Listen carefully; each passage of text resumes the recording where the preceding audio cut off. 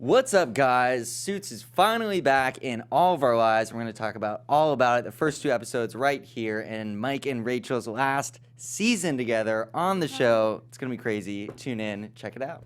You're tuning into the destination for TV superfan discussion, AFTERBUZZ TV. And now, let the buzz begin. What's up? We gotta do the shoulders. We gotta do the shoulders. We gotta do it for Steve. Start it off. Unfortunately, Steve's not here this week, but he will be back next week. Till then, Lina and I, JB, have you guys covered for the first two episodes. We're talking about Hard Truths and Bad Man. It's gonna be good. It's great. I'm so happy Suits is back in my life. Like it's Dude, such a what relief. what a comeback. It was such a long break too. I mean, they take quite a hiatus for the winter, but we are back now.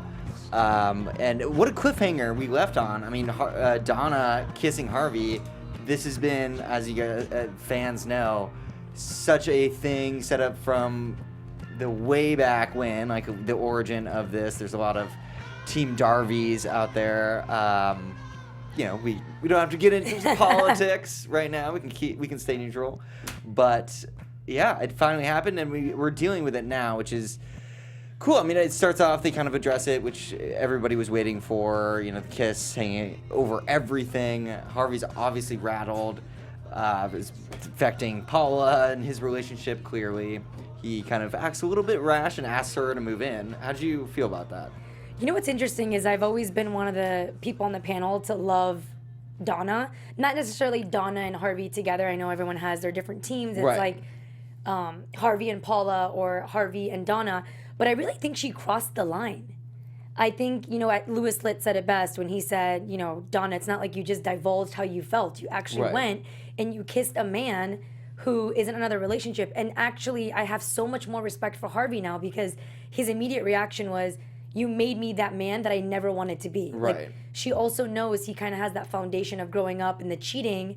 So for her to actually just be forward and kiss him, I thought, wow. I was kind of speechless. And her reaction that she felt nothing kind of really threw me off. I don't know if I believe her.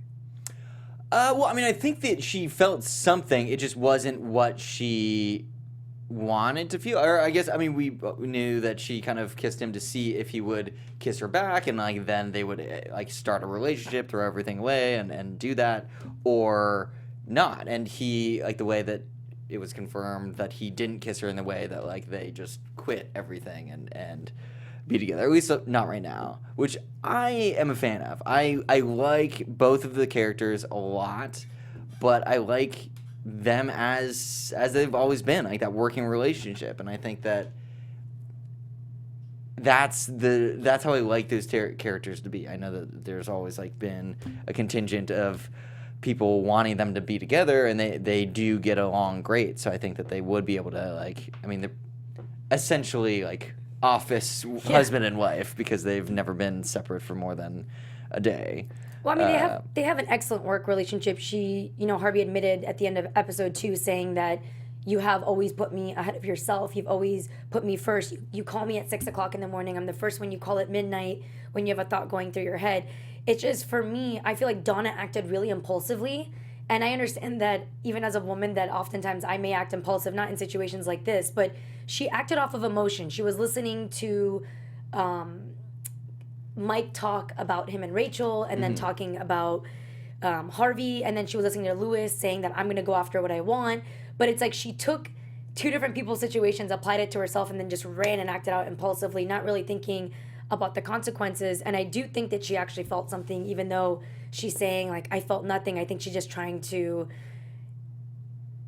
save face / keep whatever working relationship they have left going. Right. And so I definitely think she felt something, and I just didn't think it was fair of her to be in a confused state and then just kind of throw Harvey into that confused state as well. Yeah, it was way inappropriate. So I think that she realized that, and that might be part of the reason why she's trying to hide her feelings and kind of bite her tongue a little bit, because she knows she did really put him in a bad position. I understand that she needed to know, but it still doesn't excuse the fact that what she did has consequences, and she put the other party in like such a terrible position. That's not what a friend should do. It was terrible, but actually ended up being the underlying reason why he faced his hard truth. Harvey's hard truth was not only just with Jessica, which I'm sure we'll get to, but was also that he never told Paula that him and Donna had slept together like 10 years ago, which I thought was weird because he's had so many sessions with her, and it's almost like he's always kind of protected Donna for himself. So even when he wasn't romantically interested in Paula, he never shared what happened with Donna, which I always found kind of interesting. Like that in itself kind of says how much he respects Donna and wants to keep that part to himself. So I kind of liked the fact that at least the outcome of this all was that Harvey was finally truthful with her. He was truthful about the fact that Donna kissed him, and then he was truthful about the fact that he did have a romantic relationship with her, which opened for Paula to say that the relationship makes her, or the friendship makes her insecure. And then I also like that I feel like it kind of, I mean, it's how they showed us at the end, it made Paula and Harvey closer. Yeah, absolutely. I mean, he, aside from the moving in aspect, I think he wanted to, like, it was a great growth opportunity for him, and he really did go to the next level, like being more honest with Paula and really realizing like why, like how that affects her, and it got her to kind of let some truth out and be like, yeah, I am threatened by Donna. Like, how could you not? They are so close together, and they, you know, obviously have feelings for each other, and the fact that she didn't know that something happened with them, I understand why, like, he didn't want to tell her that, because, you know, it was all on the surface, but I'm happy that it's all out in the open now. Paula's reaction was pretty crazy, though. Like, most women would get so upset, be like, I was right, I told you there was something going on with you and Donna, but I feel like she handled it pretty well. She was like, I'm less upset with Donna kissing you and more upset about how you handle it after the fact. Like, she embraced him and he kissed her and he's like, move in with me. Like, a woman just kissed you, you didn't even tell me, but you're asking me to move in with you? After he was kind of like, what are you doing in my place? Yeah.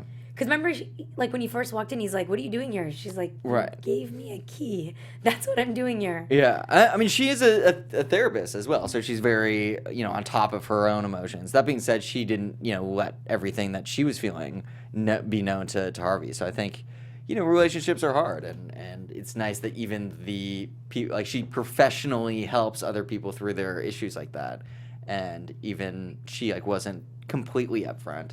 So, yeah, no one's perfect, and I think that was kind of a cool moment that showed that they weren't, but that through communication, everything works out. Communication is key.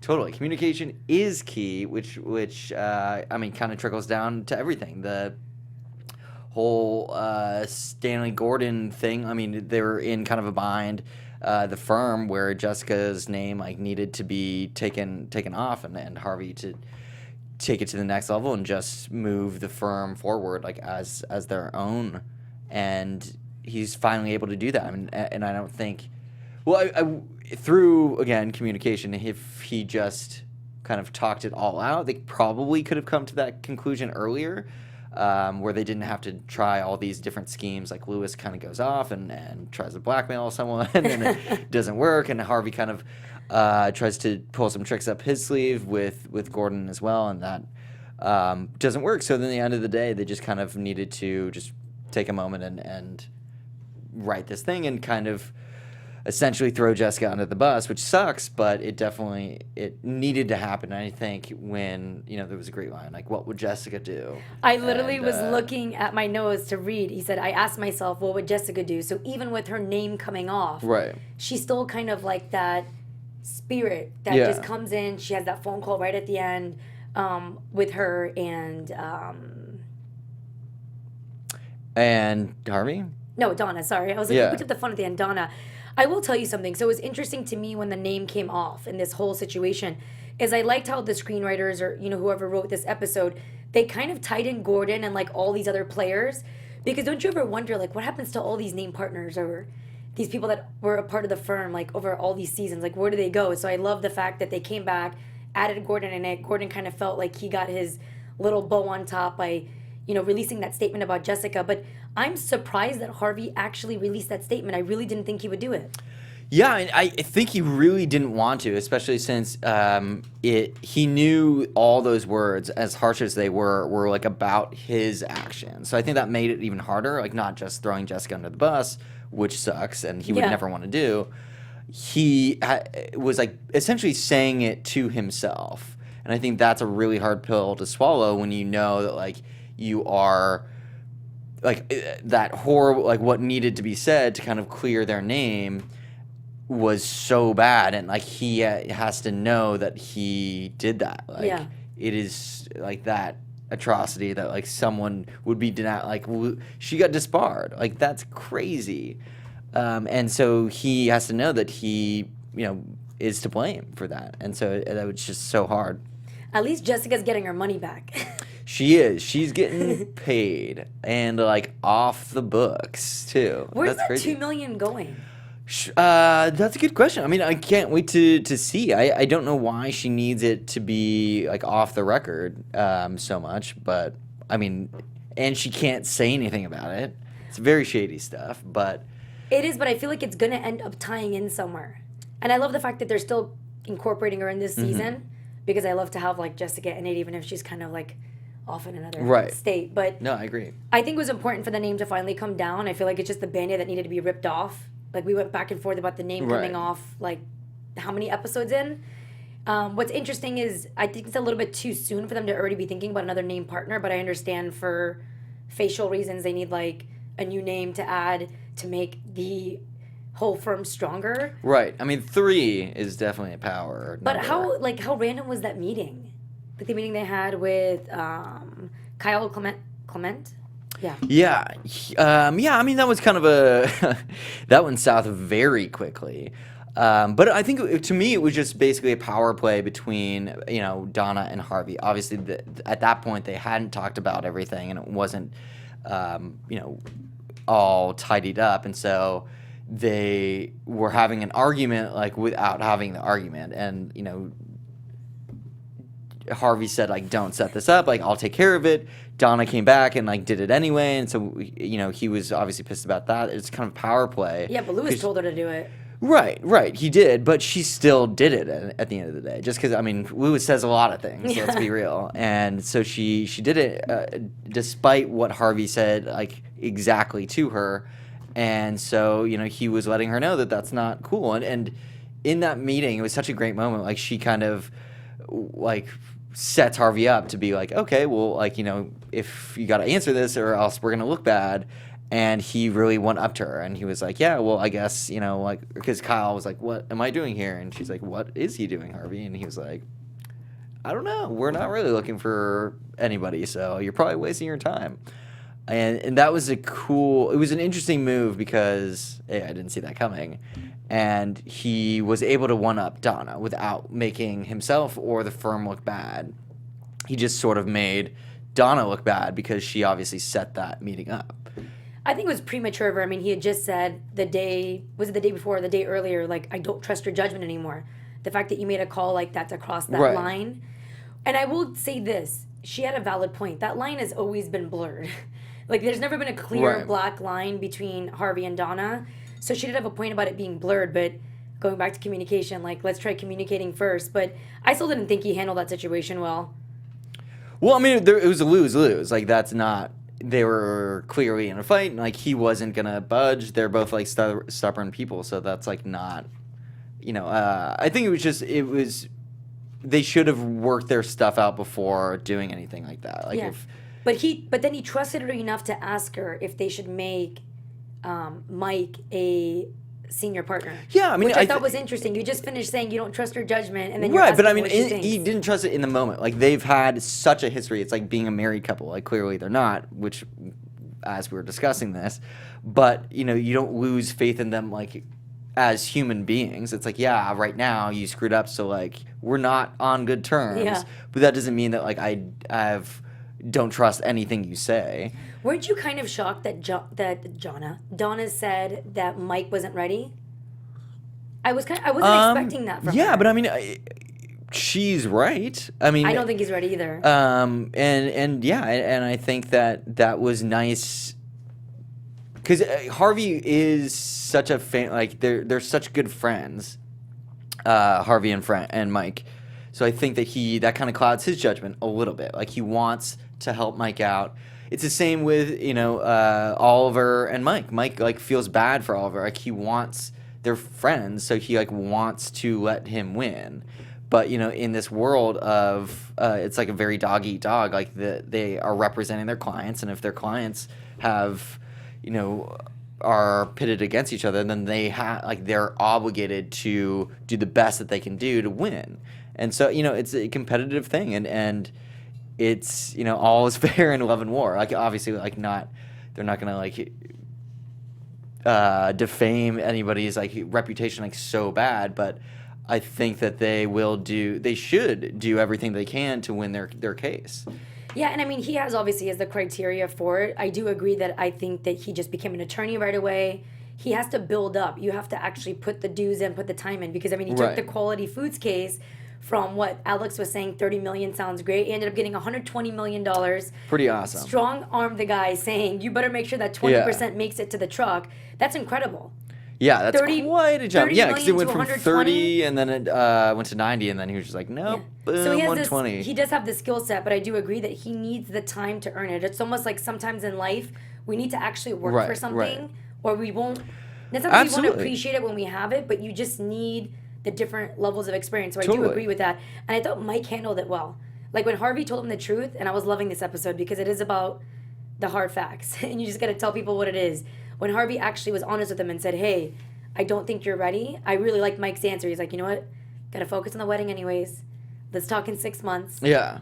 So that's an option for 6 months. Totally. And that was cool. I'm glad that Rachel and Mike like finally realized like they do need to team up and be together more and make it a priority. I mean, there isn't, like Mike said when, Harvey felt bad about like the promotion and everything, I think Mike realized like, hey, like you don't need to go 0 to 60. He's in great position right now. He's a junior partner. He gets like a lot of autonomy to do his own cases and everything. And so it's like, why, like he doesn't need that. Like it's not like Lewis basically dreamt of name partner like since the day he was born. Like clearly in the flashbacks he was like twirling a baton and like thinking about law. Yeah. So I think for Mike it's just like he wants to do good. Like that's his reasoning for getting into the business and helping people and like fighting the good fight and defending people to the best of his ability, because he's a genius, and sharing that skill set to help people like from the system, whatever the case may be, is really cool. And I think that he is in a position to do that. So it's like not about the money. It's not about his name. Like he doesn't care about fame at all. He doesn't need his name on the wall. He'd like it. Obviously, he wouldn't turn it down. But he loves Rachel more. Yeah. And like as we all know. And then finally going to talk about the wedding. Yeah, exactly. The news and gossip section of the of the episode. I think everybody knows now. Obviously, Rachel's character, Meghan Markle, is becoming a princess, marrying into the UK royalty fam, which is crazy. I mean, great for her. That's. I mean, who doesn't want to be a princess? Who wouldn't? It's pretty cool. Pretty cool stuff. Did you see that she had a photo of herself like years ago in front of the palace? And right. She's like, I want to be a princess. Well, mission accomplished. Dreams can happen. Meghan Markle, done and done. You know what's interesting is, I forget how many after shows ago it was. I was talking about how I noticed in season 7, her character has changed so much. Right. She was always in bed with Mike. They always were kissing and on each other. Yeah, they cut that out. Yeah, they cut that out. And I made that point, and I forget, someone had said in the chat, they were like, no, I don't think it has anything to do with it, but it does, because supposedly a part of her contract, aside from leaving the show, was that she's not allowed to be doing, or like, it didn't say that in the contract, but it alluded that that's kind of why she pulled away from doing these scenes, just because, princess can't. Yeah, no, and it totally makes sense. I mean, if I was a prince, I'd be like, nope, you're not kissing another dude. I don't care if it's your job. Nope. Which, again, if you're royalty, you kind of have the power to say, like, that's not really, we don't do that in our fam. So if you want in this bubble. But I respect her for actually finishing off the season. Right. She could have just been like, hey, I'm off to princess duty. Her wedding's in like 2 months. It's coming up. It's very soon. And again, obviously people knew about that because it's been heavily publicized that she's becoming royalty. But what's interesting is since she's leaving at the end of this season, the news that just came out is that Mike's character will also be leaving. So well, they kind of go hand in hand. Exactly, and I was curious how they were going to handle that. Knowing that Rachel's going to leave, it's like, is she going to die? Like, is she going to move away? Like, what's going to happen? Like, how does Mike exist now without Rachel? And so that I think is really cool. I think the actor and the writers and everybody involved made the right decision. It sucks to see Mike leave because he is such a huge part of the show. He's an integral part of the show. I'm almost wondering what they're going to do. I mean, in the beginning, it was like more him than Harvey. And obviously, Harvey's my favorite character. But Mike is such a huge part of the show. And like it won't be the same without him. That being said, I think they are doing right by the characters, Mike and Rachel. And I think that there wouldn't be... We've come so far with them, I wouldn't want to see... If Rachel's got to go, then like Mike's got to go with her. Yeah. You know what I mean? Like I think they have to honor who these characters are, and whatever curveball they figure out that brings them away should happen. And maybe in the future we can get some at least Mike cameos. From time and listen, it's a part of life. Growth is a part of life. And speaking of growth, if you want to have fun, learn, and grow in all areas of your life, for those of you who do, we've got the perfect podcast for you. We have Conversations with Maria Menounos. It's podcast edition, and it's hosted by our AfterBuzz TV founder, which is Maria, and it drops every Friday on iTunes. Conversations with Maria Menounos features celebrity and influencer interviews, along with secrets and tips on how to be better in all aspects of life. I feel like Louis Litt should go there. From health to wellness and career, relationships, finances, and more. Let our Maria be the big sister you've always wanted. Just go to iTunes and hit subscribe to Conversations with Maria Menounos, and guess what? It's free.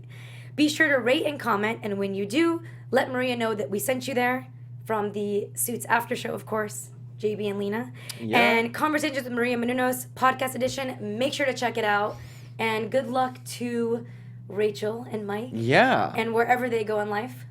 Exactly. I have a feeling they're gonna do fine. I mean, they're both so smart. Mike's a certified genius, and Rachel is just a complete boss. So they're gonna be okay. Maybe they'll start their own firm overseas somewhere, or just like retire. Actually, it was interesting. I wanted to go to next Oliver. You notice how they're kind of setting up Oliver, where they're referring to him as the old Mike Ross, and that now Mike Ross acts like Heartbeat. Yeah, no, exactly. So do you think they're setting up Oliver to kind of be the new, not the new Mike Ross. There's only one Mike Ross, but kind of come in as the new character, because they kept making those references in the. They could. Episode. I mean, I think the Oliver Mike relationship is good, and I like how it's mimicking the Mike Harvey relationship, and they kind of even talked about it, and he was like, Mike even said how hard it was to kind of dish out those harsh lessons and like kind of tough love moments. It's even harder than like getting that loss thrown back in your face. And that was a really cool moment to see that growth of Mike stepping to the next level and being like, okay, I have to do this. At the same time, Oliver has to know that like, you have to know your boundaries. You have to know you can't gamble. It is a gamble at the end of the day, and if you gamble too much, like then you could lose it all, and that's exactly what happened. And you don't learn lessons, I don't think, to the fullest extent until you make that mistake, until you like learn firsthand. Okay, like never do that again. Yeah, you're always a product of all your failures. Right. And what I finally loved about Mike is that he made a decision. He was always feeling guilty about both sides. Right. Because before he came back to the firm, he felt like he owed the foundation. So now he would always go back and forth. He actually went. Remember when Donna came into Harvey's office? She's like, "Do you know what Mike did? Like he was working on the protein powders in favor of the opposing team." Right. So it's finally Mike makes a decision to pick a side, and I think that's probably like a sign that he's grown.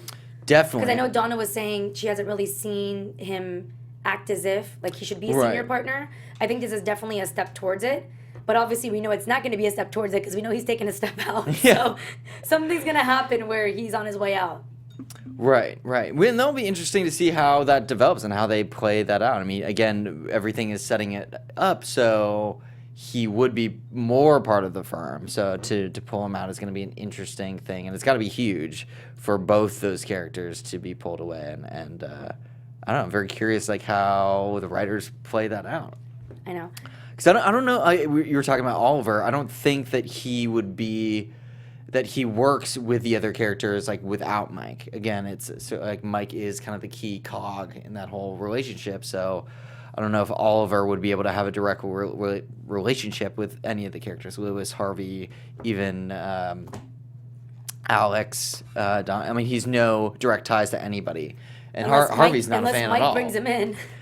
Yeah, no, I don't know if he would do that. I mean, Oliver, again, his main case was that he is fighting for the little guy and, is a better version of Mike that, won't sell out, essentially. And so for him to do so and get hired by the firm, I don't think would work out. Plus, they've always had a huge thing about being Harvard only, despite Mike. Well, it's Louis Litt's favorite thing to be Harvard only. Exactly. And let's talk about Louis Litt, because that was by far my favorite part Louis of the episode. and Sheila. Dude, wow. Louis is insane. He's a bad man. Louis is a bad man. He's bad. He's a badass man. I was so impressed. He went from the guy under the bleachers that couldn't even be the bad boy to the bad man. And Sheila at the end was just like, like, quite away.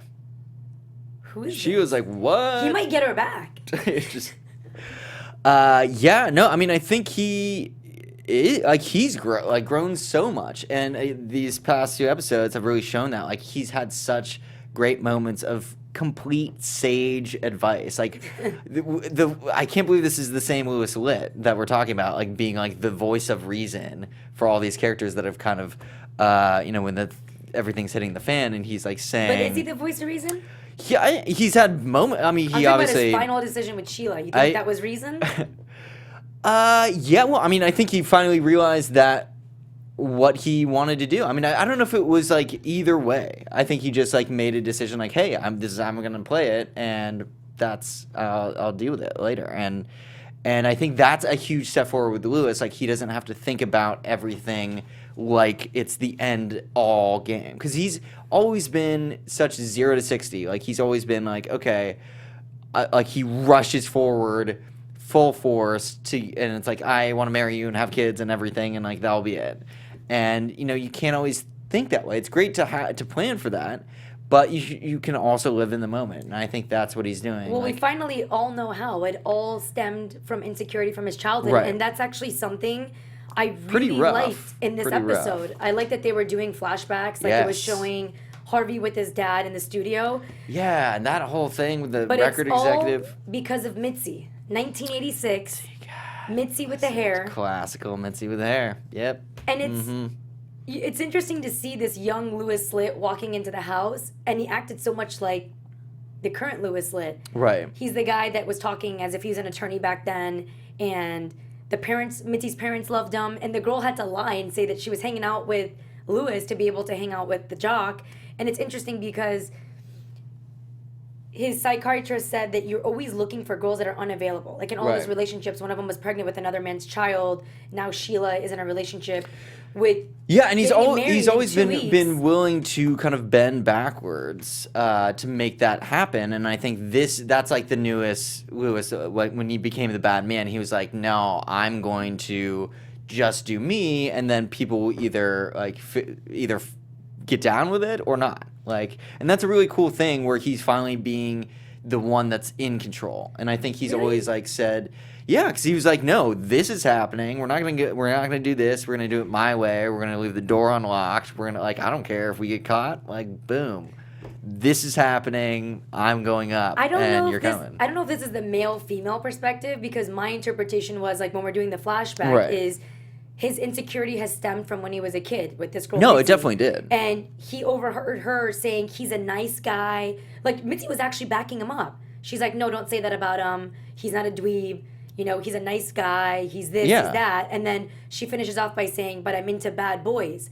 So I feel like it's actually stemming from insecurity. His thing with Sheila is I'm going to be the bad boy. I'm going to get her. No, I think, like, sort of, I guess. But I think because of that moment, he was like, I never want to be this guy that is the bad boy that, like, ruins other nice guys like me's lives. And I think that's where it was like, she was engaged, though. He's ruining her exactly, life. And that's why he went to her and was like, screw this. I'm not doing this. I'm not going to be that guy that ruins another dude's, like, marriage. Like, that's screwed up. I don't want to do that. I don't want to be the whatever that guy's name was, like Dave or whatever, Drake. Yeah, but then he showed up to her office. Exactly, but he's doing it on his own terms now. It's not like, okay, I'm gonna be the bad boy and we can keep doing it your way and whatever, like with this affair. He's like, no, I'm down to hook up. This is like, let's do that first. Then we'll figure out everything else out, and I'm gonna do me. And like that's way different than him just playing the bad boy like she wanted. Watch now that he's taking charge, he's gonna end up with Sheila.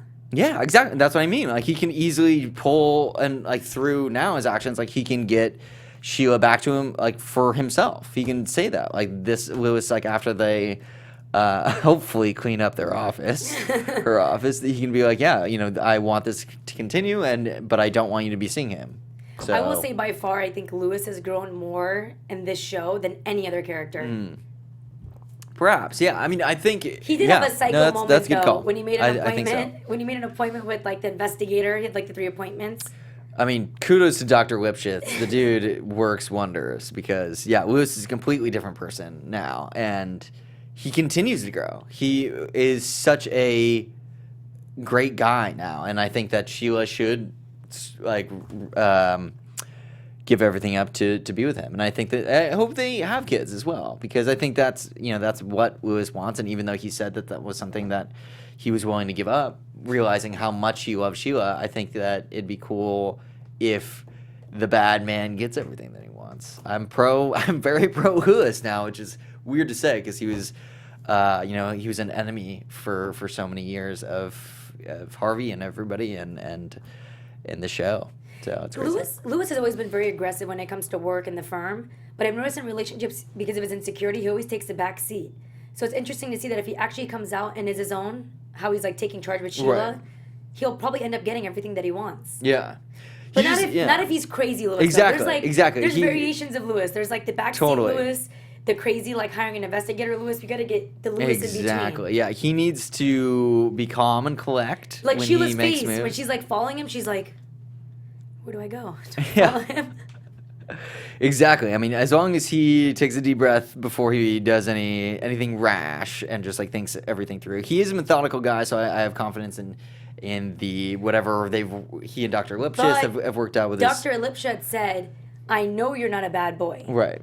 Well, yeah, and he's doing exactly what Dr. Lipschitz didn't think he was going to do. Well, he's not a bad boy; he's a bad man, which is a difference. And I think that's a key distinction. Even though it sounds more badass, but I think being a man means knowing what's going to happen and being like aware of all the consequences and like owning that, taking responsibility for that, and sticking by his values. Like he knows still that he doesn't want to be in an affair, and so I think he was like, I want to be with you, let's do that, but if you want so I think moving forward, he's in an affair. Yes, but I think he's going to make, my prediction is that he will make, let's just do predictions actually. Okay, but before we go into predictions, he's convinced himself he doesn't apply to the rules. No, I disagree. Donna, I completely disagree. Okay, but hold on. When Donna walked into the office and she told Lewis finally what was going on, because Lewis is like, "What's going on between you and Harvey?" Right. And she told him what she did. Lewis was so against it. Like, he's in a relationship. Why would you do that? Why would you put Harvey in that situation? So you're so against that, but yet when it comes to yourself, he's like throwing all the rules out the window. No, see, I think you're misreading it. I mean, the Donna situation was different because she knew exactly what she was doing. She was starting a fire. Like, that's messed up. Like, you shouldn't, like, they have a happy thing going. She knowingly went in and did something that would put him in that would ruin it, and did to some extent. Like, they recovered, but that's messed up. Lewis, like, he didn't ask for that. She came to him. She pretty much, I mean, he went through with it, but like, she cautioned him for this affair. So that's a little bit of a different story. Plus, now I know that he's continuing with it, knowing that she's with someone else. But I almost guarantee that he's going to put an ultimatum out that says, like, I want to be with you. I want this to continue. You need to leave your husband, like, or not get married. No, and I get she's not married yet, so it's still. Listen, I get your point. I'm saying that it's valid in the sense that Totally. he wasn't the aggressor, but at the end of the day, it's still cheating. And It doesn't is. matter how It is. surfaced and started. he still is blinded when it comes to himself, which I don't think he's blinded because he was about to break it off. He was going to stop doing it because he knows of the repercussions.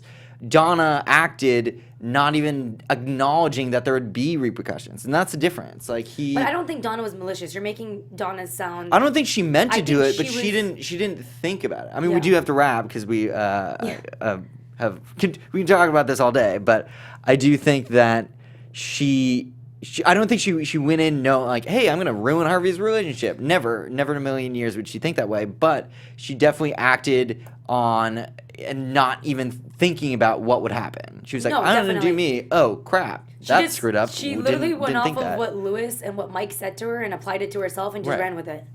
Yeah, she's a little impulsive, which we all it happens to the best of us. But yeah, well, I mean, I'm sure it will happen a bunch of more times in this season with all these characters. Speaking of which, let's make some predictions. Predictions. You know, all I'm gonna say is I really hope they don't kill Mike and Rachel off. Right. I agree. I would hate that's such a. Because what other way would he get rid of them unless they're gonna kind of be like a Jessica role? You know, like Jessica's still on the phone and kind of just pops her head in. I'm really hoping it's not one of the cases comes back, someone that wasn't happy. Right. Yeah, I agree. I don't want it to be an old issue like Mike's past and his fraud thing. I mean, there are previews and stuff that you guys can check out on USA's website that show the wedding happening. So I do think they're going to get married. And just the universe of Suits itself, I don't think would really. It'd be weird if they like got killed or something, or I don't know. It's a very interesting. I don't know how you wrap them out of the show in an organic way that's authentic to the characters in the show. Yeah, and especially because Jessica never really went away. Right. So it wouldn't make sense. Like the only thing I can think of, like a permanent way, and I'm hoping that's not it. Right. Because. You know, Rachel's parents still, like, her dad's also an attorney. Right. Like, they cross paths, too. So I'm like, how are you going to get rid of them then? Totally. And I think that might be the way. I mean, I've been trying to rack my brain around, like, how you pull these characters out. And I think that, you know, knowing that Rachel's dad owns, like, an international lawyering division, maybe he hires Rachel to, like, run that. And, like, she's got to move maybe to London, for instance. And, you know, Mike, knowing that he wants the marriage to work, I think would go with her. And I could see that happening. Like, the characters do exist and they just relocate. Mike leaves the firm that way. If Rachel gets married in this season, like you said on the teasers, then Megan's getting married twice this year. Exactly, yeah. Figuratively and in real life. IRL, as they say. I just hope they're not getting killed off. That's all I hope. Yeah, let's hope not. It'd be a little too soapy for this show. But we will have to find out next week. Hopefully we'll find out some new stuff. Until then, where can the people find you? You can find me at Lina Noory all over the internet. And make sure to tweet us or comment below what you guys think is going to happen with Rachel and Mike. Because we have no idea. And Steve's back next week. Steve's back. We'll have more to talk about with him. I'm sure he's got plenty to say. Thanks for tuning in tonight, guys. I'm JB. You guys can follow me everywhere at Hey John Blake. Tune in next week.